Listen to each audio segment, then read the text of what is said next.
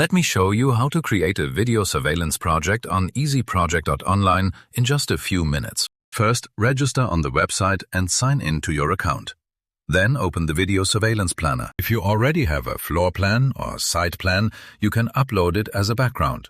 Click the Background button and select the image you need. If you do not have a plan, you can draw the area from scratch. Select the Perimeter tool and mark the corners of the area one by one.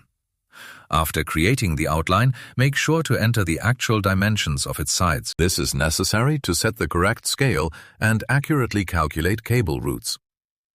Now add the surveillance cameras and place them in the required locations. Cameras can be moved, rotated, and their viewing direction and range can be adjusted. Next, add the DVR and, if necessary, PoE switches or repeaters. If the cameras are connected through a switch, assign the required cameras to it. If several switches are used, specify the connections between them. When all the equipment has been placed, click Calculate Route. The system will automatically build the cable routes and calculate their length. After checking the project, click the Estimate button. EasyProject will automatically generate an estimate, including equipment and installation work.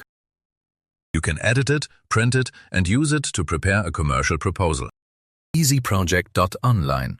From a site plan to a complete estimate in just a few minutes.